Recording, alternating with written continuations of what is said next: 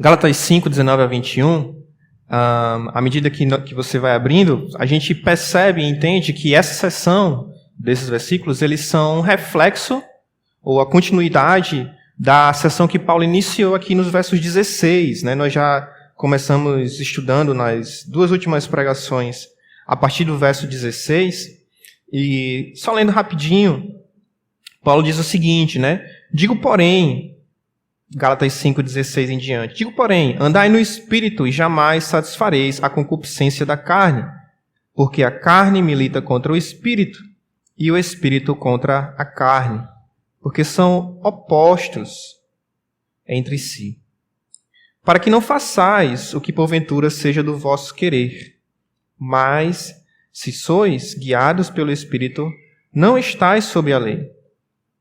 Então, quando a gente começa a estudar essa seção que fala primeiramente sobre as obras da carne e posteriormente sobre o fruto do Espírito Santo, que você tem que ter em mente aqui, isso é uma continuidade dessa ordem de andar no Espírito Santo. Então, à medida que Paulo ele nos guia e nos mostra o que nós devemos fazer com relação ao Espírito de Deus, que nos guia e que nos ajuda a servir e a fazer o que agrada ao Senhor, ele também mostra esse comparativo daquilo que não é o que agrada a Deus. Então, quando a gente chega aqui em Gálatas 5, 19 a 21, o tema que você pode ter em mente é esse: o reflexo e o resultado da vida carnal. O reflexo e o resultado da vida carnal é o que está descrito aqui em Gálatas 5, 19 a 21. E o texto bíblico ele vai dizer o seguinte: ora, as obras da carne são conhecidas e são prostituição, impureza, lascívia, idolatria, feitiçarias, inimizades, porfias, ciúmes, iras, discórdias, dissensões, facções, invejas, bebedices, glutonarias e coisas semelhantes a estas, a respeito das quais eu vos declaro, como já outrora vos preveni, que não herdarão o reino de Deus os que tais coisas praticam. Oremos. Amado Senhor, agradecemos pela Tua palavra e obrigado por como ela é clara e límpida muitas vezes, Senhor, e fala diretamente não somente aos nossos corações, mas também à nossa mente.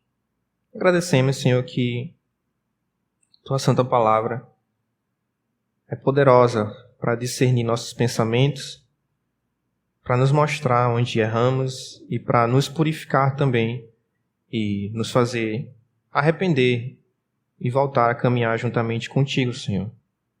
Muito obrigado por cada irmão, cada visitante, cada pessoa que o Senhor colocou em nosso meio hoje à noite. E te rogamos, pedimos que neste momento também nossa mente, nosso coração possa estar voltado para entender aquilo que o Senhor tem a nos comunicar hoje à noite.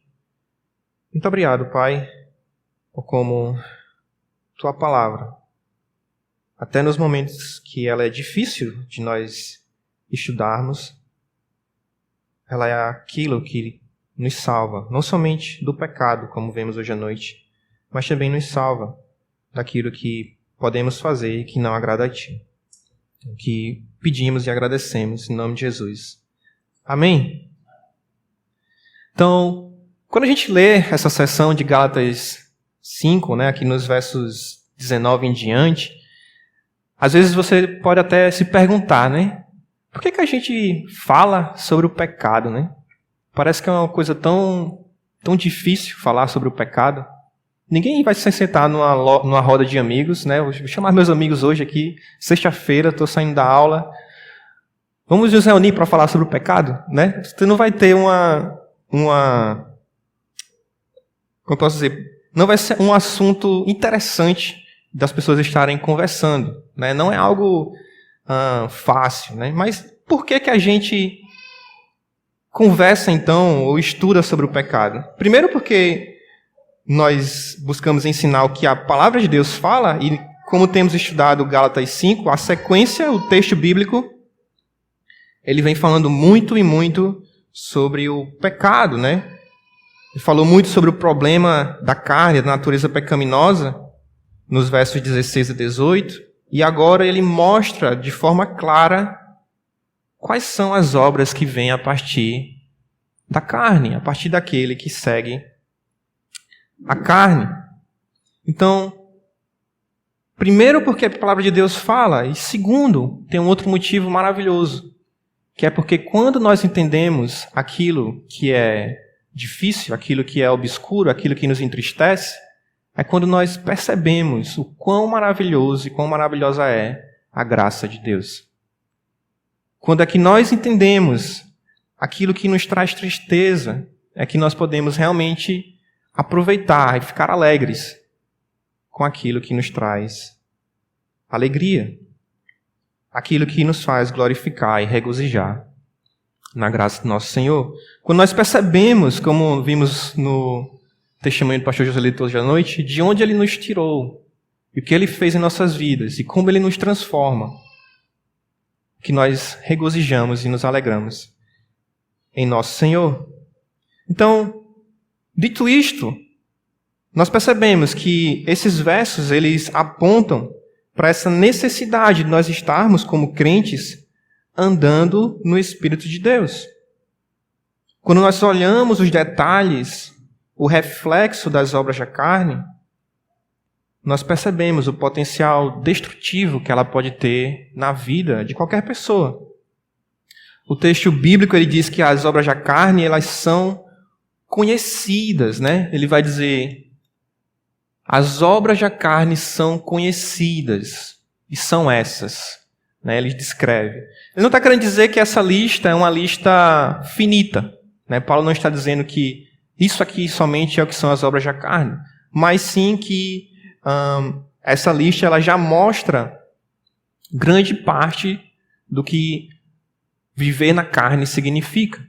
Outros textos bíblicos eles vão nos mostrar algumas outras características ou alguns reflexos também da vida de alguém que anda segundo a natureza pecaminosa. Quando a gente olha essa lista, alguns teólogos eles vão buscar dividir em categorias para facilitar o nosso entendimento. Então, nessa ideia, para a gente entender um pouco melhor, eu dividi aqui em 3 partes, certo? A primeira parte seria aqueles pecados que são pecados sensuais, que Paulo trata como pecados sensuais ou pecados sexuais. Segundo, ele fala também pecados relativos à superstição. E por último, o que ele chama aqui de pecados sociais, né? Então, dando continuidade, no verso 19, ele diz assim: as obras da carne são conhecidas e são prostituição, impureza e lascívia. Talvez às vezes você leia essas palavras e você não entenda muito bem o que elas significam, né? O nosso objetivo hoje à noite não é trazer todo o significado de cada palavra dessa, mas que a gente possa entender o que o apóstolo está querendo comunicar para a igreja. Por exemplo, na primeira palavra, que ele chama de prostituição, a palavra no grego aqui é a palavra porneia. E a palavra porneia, ela tem a ideia de não somente adultério, mas também algo chamado pela Bíblia muitas vezes de fornicação. Então, dentro dessa palavra, essas duas ideias estão inseridas. Enquanto adultério seria a prática de relações sexuais entre pessoas casadas, mas que com parceiros diferentes, não com entre seus cônjuges, fornicação é o mesmo tipo de pecado, mas entre pessoas solteiras. Ou seja, também sexo fora do casamento, mas pessoas que não são casadas. Quando o apóstolo fala sobre impureza, a palavra aqui é a cartasia, né, uma outra palavra no grego. E a ideia dela é uma mente suja, um coração contaminado. É aquele tipo de mente que vai ver impureza em tudo. Nada em seus padrões morais vão mostrar algo que seria agradável a Deus. Ela consegue ver impureza em tudo. E a ideia de lascívia, talvez uma palavra mais fácil para você entender, seria devassidão. É um tipo de viver que a pessoa já abandonou as suas restrições morais e ela vive totalmente de forma indecente. Aquilo que poderia causar vergonha na vida de uma pessoa, para o lascívio, para o devasso, isso não o afeta. E esses pecados voltados para sensualidade, eles mostram como a corrupção que existe em nosso coração, ela é demonstrada quando a gente entra naquela ideia de que temos licença para pecar e podemos fazer tudo o que nós quisermos. Então, quando a natureza pecaminosa reina em nossas vidas, ou reina de forma suprema na vida de uma pessoa, esses pecados vão ser claros e evidentes. Vá comigo para 2 Samuel, capítulo 11. 2 Samuel, capítulo 11, lá no Antigo Testamento.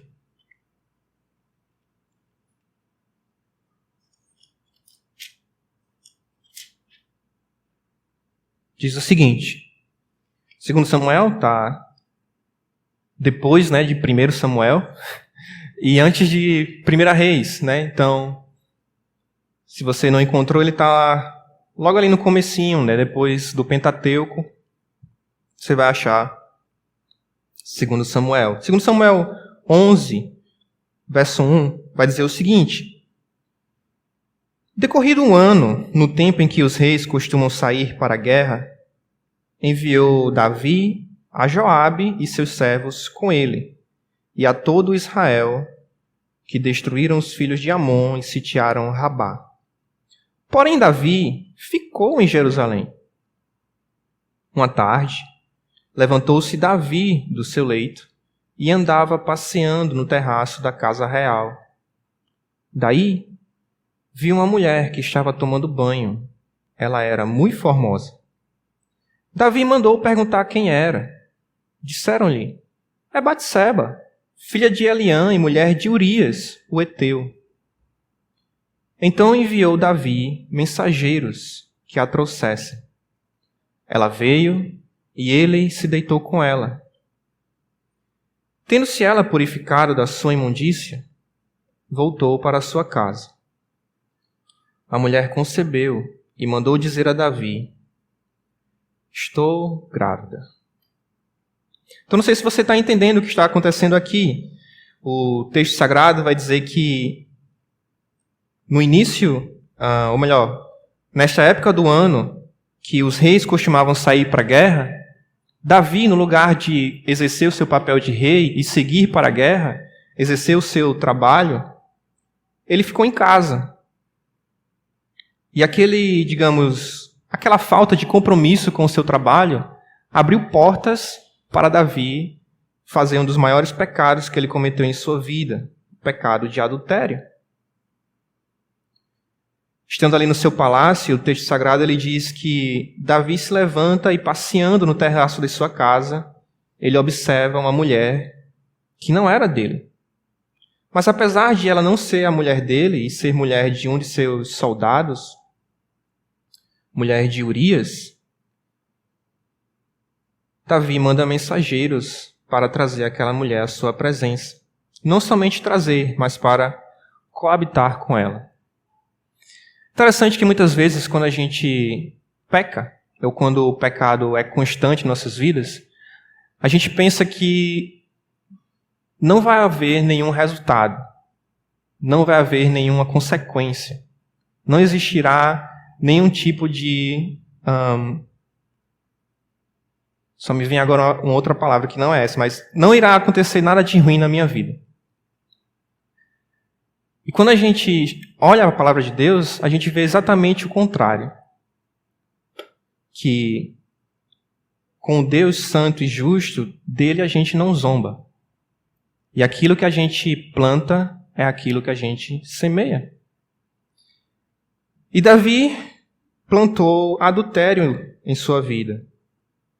E a mulher concebe e manda dizer a Davi: eu estou grávida. Se a gente continua lendo toda essa história, não vou ler completamente por conta do nosso tempo, mas você sabe que não somente Davi comete adultério, mas depois ele comete também assassinato.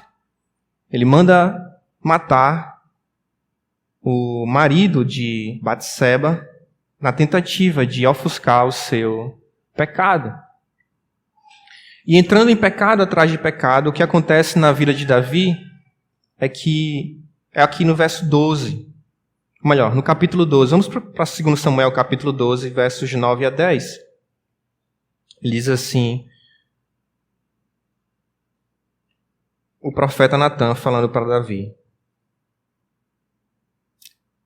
por que, pois, desprezaste a palavra do Senhor, fazendo o que era mal perante ele? A Urias o Heteu feriste à espada, e a sua mulher tomaste por mulher, depois de o matar, com a espada dos filhos de Amon. Verso 10. Agora, pois, não se apartará a espada jamais da tua casa, porque me desprezastes e tomaste a mulher de Urias o Heteu para ser tua mulher. Assim diz o Senhor: eis que da tua própria casa suscitarei o mal sobre ti. Então, o pecado de Davi traz diversas consequências para a vida dele. Se você lê essa história, você vai ver que, por conta do pecado de Davi, o filho que ele tinha com Batseba morre. Ele perde seu filho. Não somente isso, dentro de sua própria família, agora, haviam casos de pecados que envolviam sensualidade, sexualidade. Uma das irmãs, uma das filhas de Davi, ela sofre agressão sexual por um de seus meus irmãos. Não somente isso, um dos filhos de Davi busca agora matá-lo para conquistar o reino e ser rei em seu lugar. Então, quando a gente observa as obras da carne, a gente percebe que elas não somente são conhecidas, mas os seus resultados, eles também são claros na vida daqueles que assim as seguem. As consequências são inevitáveis, porque Deus não esconde o pecado de seus filhos. Antes de voltarmos para Gálatas, por exemplo, vá comigo para Gênesis capítulo 4. Gênesis capítulo 4 também é um capítulo que fala de um pecado muito famoso. Ele está aqui falando sobre Caim e Abel, mas veja o que Deus diz para Caim quando a sua natureza pecaminosa quer tomar conta dele. Gênesis capítulo 4, versos 7 em diante, ele diz o seguinte. Verso 6, primeiramente, podemos ler, ele diz: então lhe disse o Senhor: por que andas irado, Caim? E por que descaiu o teu semblante? Se procederes bem, não é certo que serás aceito? Se, todavia, procederes mal, eis que o pecado jaz à porta. O seu desejo será contra ti, mas a ti cumpre dominá-lo. Então, quando Caim estava aqui com um sentimento de inveja contra seu irmão, de ciúmes por conta de sua oferta, Deus o alerta, dizendo que, apesar de ele estar se sentindo mal, digamos assim, apesar de ele estar entristecido, ele devia ter cuidado, porque o desejo, apesar de estar contra ele, a Caim, cumpria dominá-lo. Isso não é somente para Caim, é também para todos nós. Para todos nós, cada um de nós vai ter um tipo de desejo diferente, a qual Deus espera que nós, assim, dominemos. Voltando lá para Gálatas capítulo 5, nós não temos somente esses pecados de sensualidade, mas também temos os de superstição. Alguém pode ver se tem uma tela ali aparecendo, porque não está passando aqui o slide. Ok, passou, desculpa. Obrigado, pastor João. Os pecados de superstição estão aqui nos versos 20, e ele diz assim: as obras da carne são conhecidas, e ele lista, né? Idolatria e feitiçaria. Idolatria, muitas vezes a gente já conhece o que significa essa ideia. Idolatria é a ideia de você substituir a Deus, cultuar a qualquer outra coisa que não seja Deus. É o pecado que normalmente a gente coloca coisas materiais no lugar de Deus. Para os Gálatas em específico, esse era um pecado bastante ameaçador. Porque quando a gente estudou Gálatas, por exemplo, capítulo 4, nós vemos que eles vinham de um tipo de cultura que eles serviam a falsos deuses. Lá em Gálatas 4:8 você pode relembrar isso. Mas a verdade é que a Escritura ela nos chama para nós adorarmos unicamente a Deus. E a idolatria não somente pode ser relacionada a algo visível, mas também a alguma outra coisa. Qualquer coisa que nós possamos substituir que não seja Deus. Por exemplo, nós podemos substituir Deus por uma pessoa. Podemos colocar uma pessoa como aquilo que é mais importante em nossa vida. Seja um familiar, seja um relacionamento. Podemos colocar o nosso trabalho como uma coisa mais importante em nossas vidas. E fazer em nosso trabalho aquilo que Deus não gostaria que nós fizéssemos. Então, Deus espera que à medida que nós adoremos a Ele, a partir do relacionamento que nós temos com Ele, é que nós amemos as pessoas e aproveitemos as coisas que Ele nos dá. Está entendendo? Existe uma ordem. Tenho o meu relacionamento com Deus e a partir desse relacionamento que eu tenho com Deus, eu amo os outros. E a partir do relacionamento com Deus, eu aproveito aquilo que Ele me dá, o meu trabalho, a minha família, os meus bens. Mas não é incomum a ordem ser invertida. E aí acabar utilizando as pessoas em primeiro lugar, ou amar a si mesmo em primeiro lugar, ou ainda adorar coisas, criar ídolos, e assim esquecer de Deus, deixar Deus de fora. Como você saber se você está idolatrando algo? Como é que você pode, de forma fácil, saber se você está idolatrando algo? Pelo que você serve. A palavra de Deus vai dizer que aonde estiver o seu tesouro, aí estará também o seu coração. Então aquilo que você dedica tempo, aquilo que você dedica recursos, aquilo que você dedica energia, é provavelmente o que você adora.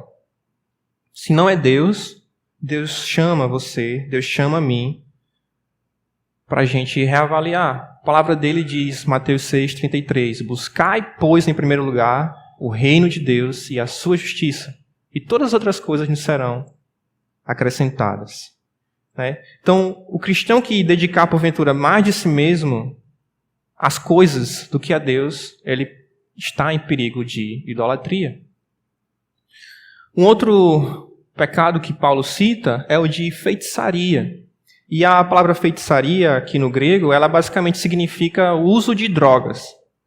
Mas não é a ideia de, por exemplo, Deus está dizendo que é proibido você tomar remédios, né, na medicina. Não é essa a ideia. Mas sim a ideia de você utilizar drogas entorpecentes para preparar encantamentos, praticar ocultismo, é esse tipo de coisa. Por exemplo, vamos lá para Deuteronômio, capítulo 18, e essa ideia ela vai ficar mais clara. Deuteronômio, depois de Números, Deuteronômio 18, versos 9 em diante, ele diz assim: quando entrares na terra que o Senhor teu Deus te der, não aprenderás a fazer conforme as abominações daqueles povos. Não achará entre ti quem faça passar pelo fogo o seu filho ou a sua filha, nem adivinhador, nem prognosticador, nem agoreiro, nem feiticeiro, nem encantador, nem necromante, nem mágico, nem quem consulte os mortos. Pois todo aquele que faz tal coisa é abominação ao Senhor, e por estas abominações o Senhor teu Deus os lança de diante de ti. Perfeito serás para com o Senhor teu Deus, porque estas nações que hás de possuir ouvem os prognosticadores e os adivinhadores. Porém a ti, o Senhor teu Deus, não permitiu tal coisa. Então, essa é a ideia do pecado de feitiçaria, né? Está consultando os mortos ou está envolvidos em práticas de ocultismo ou de preparação de encantamentos.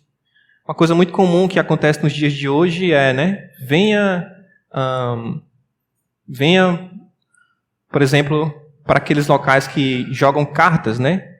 Traga o seu amor de volta em 7 dias, né? E as pessoas acreditam, elas acham que aquilo é verdade. Mas, na verdade, o que ela é, o que a palavra de Deus diz, é feitiçaria, é ocultismo. E Deus proíbe, claramente, essas práticas. Qual é um exemplo bíblico, por exemplo, de pecado de, como vimos, idolatria? Acho que talvez o exemplo mais comum que você se lembre é o que está lá em Êxodo capítulo 32. Êxodo 32, nós vimos um povo que foi liberto de uma nação extremamente idólatra. Um povo hebreu que foi liberto do povo egípcio. E percebemos aqui em Gênesis 22 que, apesar deles terem sido libertos, a idolatria não tinha deixado o coração deles. Êxodo 32, versos 1 a 8, ele diz: Mas vendo o povo que Moisés tardava em descer do monte, acercou-se de Arão e lhe disse: Levanta-te, faze-nos deuses que vão adiante de nós, pois quanto a este Moisés, o homem que nos tirou do Egito, não sabemos o que lhes terá sucedido. Disse-lhes Arão: Tirai as argolas de ouro das orelhas de vossas mulheres, vossos filhos e vossas filhas, e trazei-mas. Então todo o povo tirou das orelhas as argolas e as trouxe a Arão. Este, recebendo-as das suas mãos, trabalhou o ouro com buril e fez dele um bezerro fundido. Então disseram: São estes, ó Israel, os teus deuses que te tiraram da terra do Egito. Arão, vendo isso, edificou um altar diante dele e, apregoando, disse: Amanhã será festa ao Senhor. No dia seguinte, madrugaram e ofereceram holocaustos e trouxeram ofertas pacíficas. E o povo assentou-se para comer e beber, e levantou-se para divertir-se. Então disse o Senhor a Moisés: Vai, desce, porque o teu povo, que fizeste sair do Egito, se corrompeu, e depressa se desviou do caminho que lhe havia ordenado.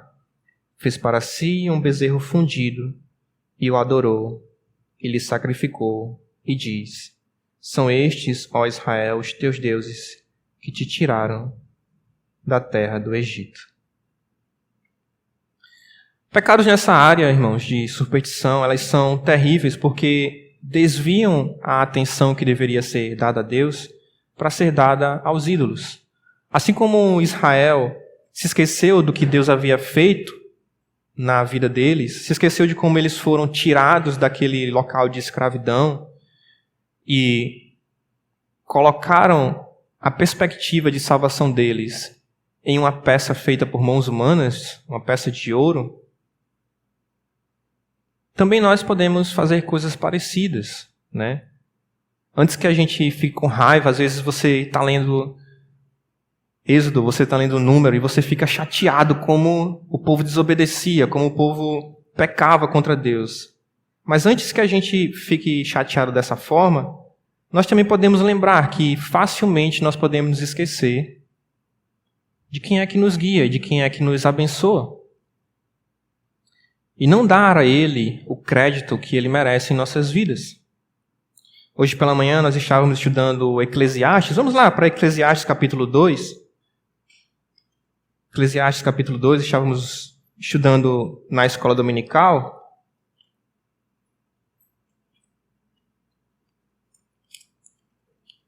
Em Eclesiastes capítulo 2, versos 24 e 25, nós vemos que bom para o homem aproveitar o seu trabalho. Deus diz que se tem algo bom para o homem nesta terra, é que ele aproveite o seu trabalho. Olha, ele diz no verso 24: Nada melhor para o homem do que comer, beber e fazer que a sua alma goze o bem do seu trabalho. No entanto, vi também que isto vem da mão de Deus. Pois separado deste, quem pode comer ou quem pode alegrar-se? É muito fácil nós acharmos que o fruto de nosso trabalho é de nossas mãos, ou que aquilo que nós conseguimos em nosso trabalho vem através da energia que a gente coloca naquilo. Ou colocar muitas vezes o trabalho antes de Deus, porque a gente acha que o nosso trabalho é quem nos sustenta. E a palavra de Deus diz que essa alegria que nós temos através do nosso trabalho, essa bênção de nós podermos comer, beber e fazer qualquer coisa através do fruto que obtemos através daquilo que nós trabalhamos, isto vem da mão de Deus. Isto vem da mão do Senhor. Porque dele nós nada podemos fazer. Ele diz, separado destes, quem pode comer ou quem pode alegrar-se? Jesus, em João capítulo 15, verso 5, ele vai dizer que nada nós podemos fazer sem Deus. Ele diz, sem mim, nada podeis fazer. Porque até o ar que nós respiramos, é Ele quem permite que nós assim o façamos.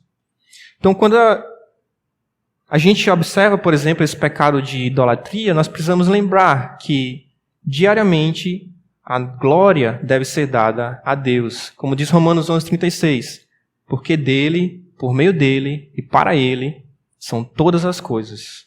A ele, pois, a glória eternamente. Como é que termina o versículo? Amém. Né? Então, que Deus nos ajude, à medida que nós nos aproximamos dele, que Deus nos ajude a aproveitarmos o que ele tem nos dado e encontrar em Deus, nele, esta alegria, como Salomão fala aqui, né? Que ele nos proteja de nós deixarmos, por exemplo, de nossas vidas, deixar ele fora de nossas vidas e acabar dando glórias àquilo que não é ele. Dar crédito a nós mesmos ou até mesmo aos ídolos. Que Deus nos proteja de não inverter a ordem de quem nós somos. Por último, em Gálatas, nós entramos nessa seção dos chamados pecados sociais. A partir do verso 25, o texto continua dizendo, ora, as obras da carne são conhecidas e são... verso 21, ele diz... a partir do verso 20, né, ele diz... Elas são inimizades, porfias, ciúmes, iras, discórdia, dissensões, facções, invejas, bebedices e glutonarias. Quando nós chegamos nessa última sessão, nós observamos muitas vezes que esses pecados eles estão relacionados a relações interpessoais, relações entre as pessoas, né? Muitos deles ligados com a geração de brigas, de contendas, sendo então este um claro aviso de se alguém está envolvido em brigas, principalmente dentro da igreja, que esta pessoa não está sendo guiada pelo Espírito de Deus. Lembra? Toda esta sessão está debaixo dessa ordem. Andai no Espírito e jamais satisfareis a concupiscência da carne. Então ele fala, inimizades, né? A ideia de você desafiar outros, gerar brigas, muitas vezes de forma pública. Ou ele fala também porfia, que também é uma ideia de conflito, de uma ideia de contenda, vai ser o resultado de uma inimizade. Ele lembra de ciúmes, né?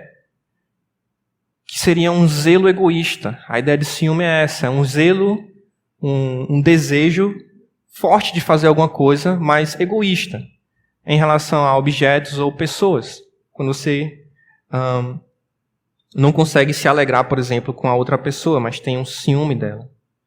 Ele fala de uma raiva descontrolada, que é a ira. Ele fala de discórdias, também a ideia de um conflito, algo que cria divisões dentro da igreja. Dissensões, facções, são termos bem próximos uns dos outros. Enquanto dissensão ela vai mostrar a ideia de divisão, facção é a ideia de você criar grupos com objetivo partidário para se envolver em algum tipo de briga. Mas todos esses pecados mostram que as pessoas não estão unidas de forma nos seus relacionamentos interpessoais. Invejas é a ideia de guardar rancor através de possuir algo que o outro tem. Quando eu estou chateado, com raiva, porque alguém, meu irmão, alguma outra pessoa tem algo que eu não tenho. Essa é a ideia de inveja. Bebedice, quando esse é bem conhecido, não preciso explicar, mas a ideia de você se exceder na bebida, né? Sobrecarregando o corpo e também perdendo as suas faculdades mentais, digamos assim. Glutonaria, a ideia de farras, né? Estamos chegando no carnaval, esse final de semana, se você mora aqui embaixo, próximo da orla, você já teve a ideia do que seria glutonaria, né? Porque você nem conseguia andar ou dirigir na rua sem as pessoas deixarem de estar envolvidas nas farras, né? Não se controlando, tumultuando, digamos assim, o ambiente. Estes pecados sociais, como eu disse, eles vão gerar conflitos. E, infelizmente, a igreja não está imune a eles. Seria ótimo se a igreja estivesse imune. Mas como a igreja também está envolvida com pecadores, como todos nós somos pecadores, ela não está imune. Por exemplo, vá para 1 Coríntios capítulo 3. Você está em Gálatas, você pode só voltar algumas páginas, você vai chegar em 2 Coríntios e depois 1 Coríntios. 1 Coríntios capítulo 3, logo no início, Paulo diz o seguinte: Eu, porém, irmãos, não vos pude falar como a espirituais, e sim como a carnais, como a crianças em Cristo. Leite vos dei a beber. Não vos dei alimento sólido, porque ainda não podieis suportá-lo. Nem ainda agora podeis, porque ainda sois carnais. Verso 3. Porquanto havendo entre vós ciúmes e contendas, não é assim que sois carnais e andais segundo o homem? Quando, pois, alguém diz, eu sou de Paulo, e outro, eu de Apolo, não é evidente que andais segundo os homens? Quem é Apolo e quem é Paulo?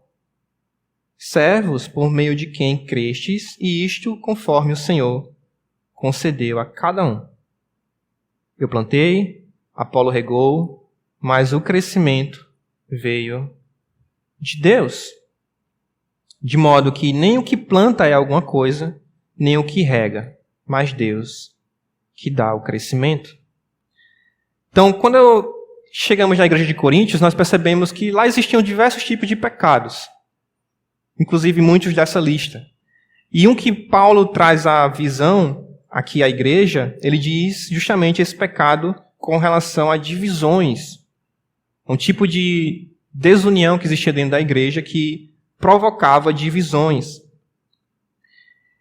E Paulo diz que essas pessoas que estavam fazendo divisões na igreja eram pessoas que estavam literalmente andando de acordo com a natureza pecaminosa. Porque ele diz, você já tem tempo de eu poder estar alimentando vocês com carne, com alimento físico, mas ainda não posso fazer isso. Eu tenho que alimentar vocês como crianças, com leite. Leite vos dei a beber, não vos dei alimento sólido, porque não podem suportá-lo. Porque sois carnais. E por que eles eram carnais? Porque eles estavam expondo ciúmes e contendas dentro da igreja. Às vezes a gente acha que isso só aconteceu na época de Paulo na igreja de Coríntios. Infelizmente não. Eu lembro que quando o pastor Elmar, por exemplo, foi embora da igreja lá de... Foi embora não, né? Foi enviado por Deus para Aracaju. Alguns irmãos falavam assim, meu pastor é o pastor Elmar.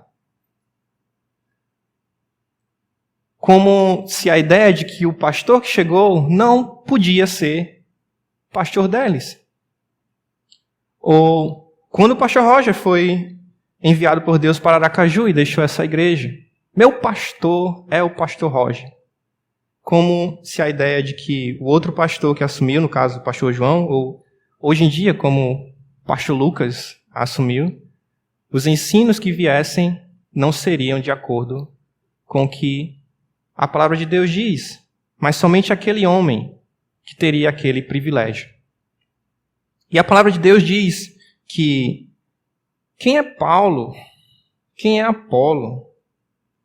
Eles são servos por meio de quem a igreja creu, e isto foi conforme o Senhor concedeu a cada um. Nosso pastor, antes de tudo, é Jesus. Ele é o nosso pastor. Meu pastor é Jesus. E sabe de uma coisa? Por mais difícil que seja, foi Jesus quem levou o pastor Elmar, quem levou o pastor Roger, quem levou o pastor Adão e tantos outros missionários de homens capacitados por Deus para Aracaju, para alcançar almas em Aracaju, em outras regiões daquele estado, como eles fizeram aqui.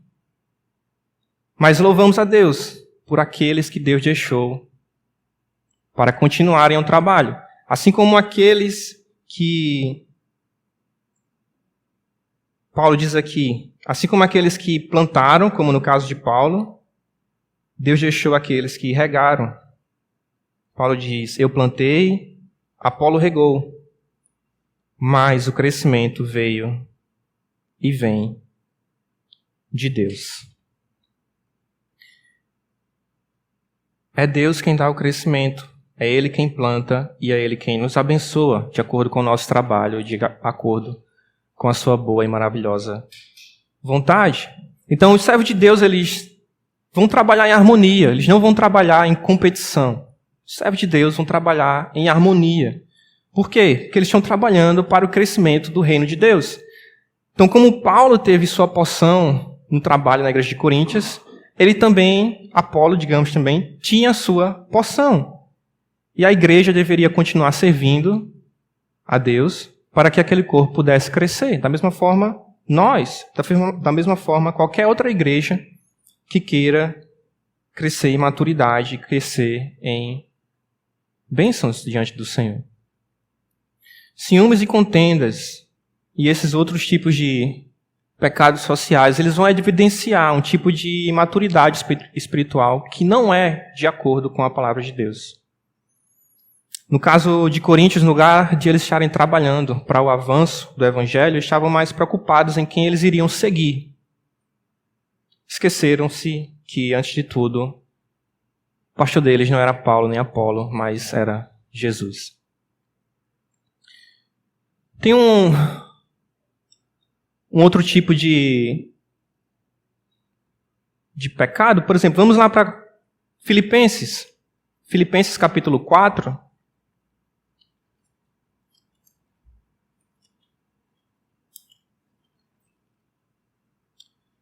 Filipenses capítulo 4. Versos 2 e 3, ele diz o seguinte, mais uma vez reforçando a ideia de necessidade de união dentro da igreja. Ele diz, rogo a Evódia e rogo a Sintique que pensem concordantemente no Senhor. A ti, fiel companheiro de jugo, também peço que as auxilies, pois juntas se esforçaram comigo no evangelho. Também com Clemente, com os demais cooperadores meus. Paulo não deixa claro aqui qual era o problema que existia entre essas duas irmãs, né, Evódia e Sintique. Mas ele deixa claro que existia um problema entre elas. Porque ele diz, eu rogo a Evódia e Sintique que pensem concordantemente, ou seja, tenham o mesmo tipo de pensamento, que concordem no Senhor. Poderia ser que elas tinham algum tipo de briga entre elas, poderia ser que elas, por terem trabalhado junto com Paulo, talvez tinham algum tipo de desentendimento teológico acerca de alguma doutrina. Mas o fato é que essa distinção que Paulo faz aqui mostra que aquela briga que estava acontecendo entre elas duas estava afetando a igreja. Por isso que ele chama, inclusive, o líder da igreja em Filipenses para auxiliar aquelas irmãs, porque ele já havia trabalhado com elas e ele sabia o quanto era valoroso o trabalho que elas tinham. Se você está em Filipenses, volte um pouquinho para o capítulo 2. E o desejo que o apóstolo tinha para aquela igreja, e o desejo que Deus tem para nós também, é este. Ele diz assim, Filipenses 2, verso 1. Se há, pois, alguma exortação em Cristo, alguma consolação de amor, alguma comunhão do Espírito, se há entranhados afetos e misericórdias, completai a minha alegria, de modo que penseis a mesma coisa, tenhais o mesmo amor, sejais unidos de alma, tendo o mesmo sentimento. Nada façais por partidarismo ou vanglória, mas por humildade, considerando cada um os outros superiores a si mesmo. Não tenha cada um em vista o que é propriamente seu, senão também cada qual o que é dos outros. Então, Paulo ele mostra que dentro da igreja o que deve existir é união, não é contenda, não é briga, não é inveja. O que Deus deseja para nós é que nós sejamos humildes ao ponto de deixarmos as diferenças de lado e vivermos em união, não em partidarismo, não em vanglória, mas olhando por exemplo de humildade de Jesus e assim praticando isso em nossas vidas e dentro da igreja. O texto de Gálatas 5 vai continuar, falando qual é o resultado das obras da carne. Mas por conta do nosso tempo, eu vou pular hoje à noite direto para a aplicação, certo? Então, como é que a gente não vai refletir essas obras da carne? Nós vimos que isso não está, que a igreja não está imune, que nós, por sermos pecadores, por nós termos a natureza pecaminosa, nós podemos praticar certos tipos de atitudes como essas. Então, como é que nós podemos nos proteger? Por exemplo,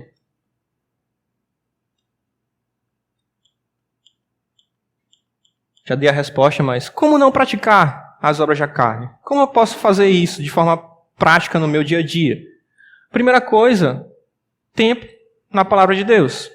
Para que eu saiba o que eu não devo fazer, primeiro eu preciso saber o que é que eu não devo fazer. E eu só vou saber o que eu não devo fazer quando eu conhecer. Então, para eu conhecer, como hoje à noite, nós precisamos ler a palavra de Deus e entender o que Deus gostaria que nós evitássemos.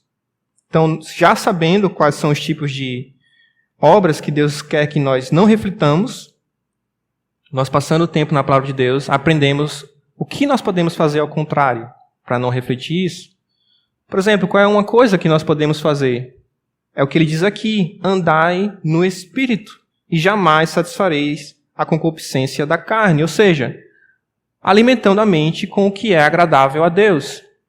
Você está em Filipenses, se você não voltou para Gálatas, mas Filipenses capítulo 4, ele vai dizer o que a gente pode alimentar a nossa mente de maneira que faremos aquilo que agrada a Deus. Olha o que ele diz, Filipenses 4, 8 e 9, ele diz: finalmente, irmãos, tudo que é verdadeiro, tudo que é respeitável, tudo que é justo, tudo que é puro, tudo que é amável, tudo que é de boa fama, se alguma virtude há e se algum louvor existe, seja isso o que ocupe o vosso pensamento, que também aprendestes e recebestes e ouvistes e vistes em mim, isso praticai. E o Deus da paz será convosco. Ocupar o nosso pensamento com aquilo que é agradável a Deus. O que é agradável a Deus? O que é verdadeiro, não o que é mentiroso. O que é verdadeiro, o que é respeitável, o que é justo, o que é puro, o que é amável, o que tem boa fama, o que tem louvor. É isso que deve ocupar o nosso pensamento, o nosso coração. Outra coisa, observando as companhias. Observando as companhias. Observe a companhia dos seus filhos. Observe as suas companhias. Porque nesta vida que nós vivemos hoje em dia, ou nós somos influenciados, ou nós somos influenciadores, né? Estava vendo uma pesquisa que saiu essa semana em toda a América Latina. E as pessoas perguntavam qual era a profissão que os jovens queriam ser. E em toda a América do Sul, a grande maioria dos jovens queriam ser influencers, né?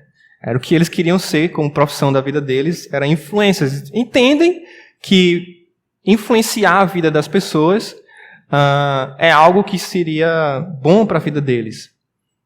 apesar de ser uma profissão talvez que nem todo mundo consiga fazer, né? Mas esse é o desejo que muitos têm. Essa ideia de nós influenciarmos os outros é latente, digamos assim, aos nossos olhos. Então, cuidado com as nossas companhias. 1 Coríntios, capítulo 15, verso 33, se não me engano, isso, 33, ele vai dizer assim, você conhece de cabeça, as más companhias corrompem os bons costumes. As más companhias corrompem os bons costumes. Então, nós precisamos ter cuidado com as nossas companhias. Por quê? Porque eu quero manter na minha mente o que é puro, o que é verdadeiro, o que é de boa fama. Então, eu quero filtrar por quem eu sou influenciado para que eu possa continuar agradando a Deus. Olha o que diz Salmo 1. Vamos terminar hoje à noite com o Salmo capítulo 1. Você quer ser abençoado por Deus? Olha o que diz o Salmo 1.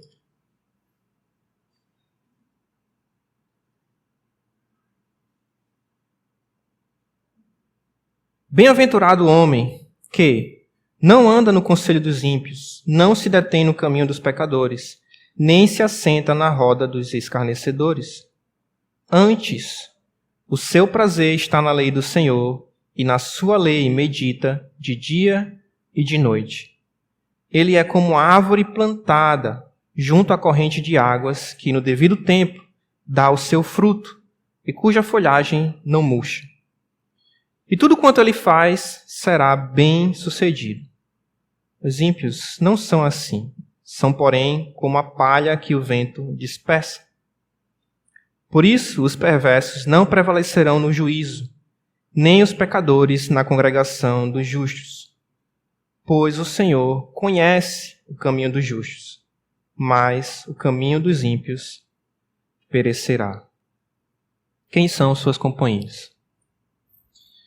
Salmo 1 vai nos dizer que aquele que tem a Deus não vai andar com os ímpios, nem no caminho dos pecadores, nem andar próximo dos zombadores. A ideia de escarnecedores é essa ideia de zombar de Deus.